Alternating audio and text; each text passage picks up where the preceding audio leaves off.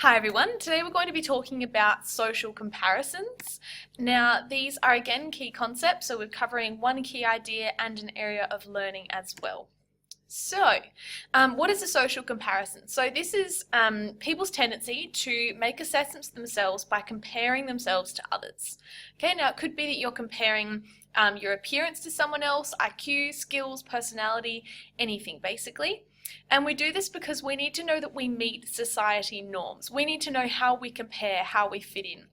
Okay, we compare ourselves to others when we're in a state of uncertainty or when we kind of have no objective standard to measure ourselves against. There might not be a particular rule for when a particular event happens in your life, for an example. These social comparisons enable us to evaluate our abilities, also our strengths and weaknesses. They allow us to gain knowledge about ourselves and also evaluate ourselves. Critically, I suppose, identify our unique qualities, the things that make us who we are, the traits and characteristics, etc. And they also help us build our own personal identity. So there are three different social comparisons you can make: a similar social comparison, an upward and a downward. So we'll take a look at each of these in turn.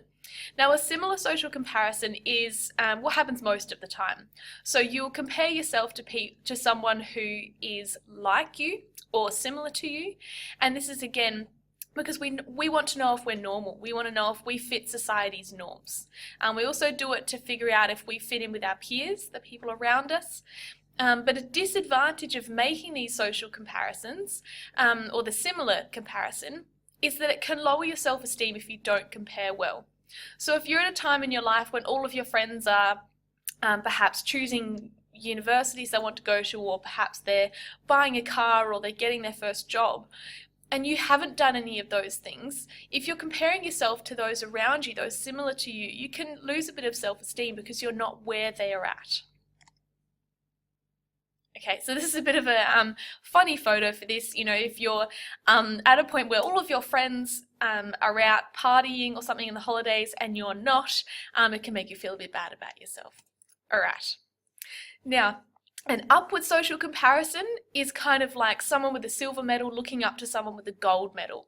So it occurs when we compare ourselves to someone above us, and it's for motivation or encouragement.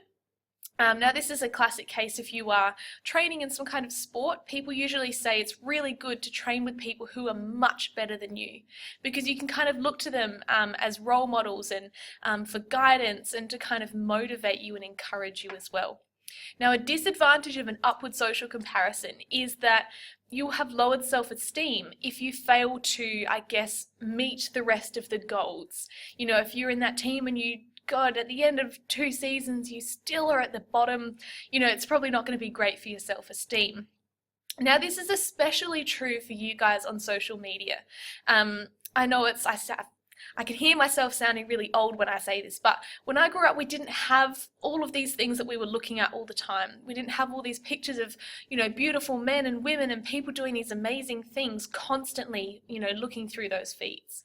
And there was a case earlier last year where an Instagram model called Asena O'Neill, she had 500,000 followers. People loved her because she was always beautiful, successful, always having such a great time.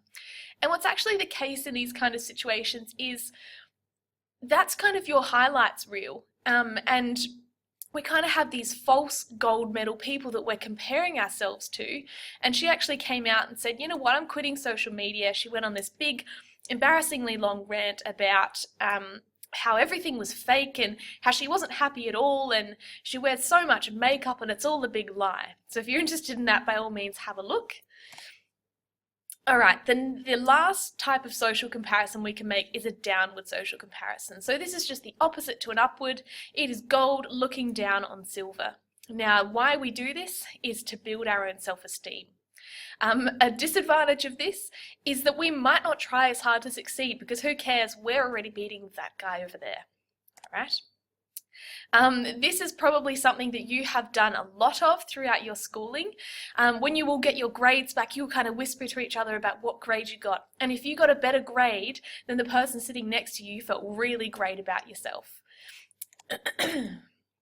All right, now, This is, I suppose, not part of the content, but just a message is social comparison in general, while often we can't control it, it's something we do. It's really important that you understand that a lot of the times we're comparing ourselves to everyone else's highlights reel, because no one ever wants to tell us, what's going wrong with their lives. So social comparison in general can be quite damaging and harmful. So just look after yourselves and make sure that you put away the social media every now and then. Just some nice little messages here too. Stop comparing yourselves to others. It's not good for you.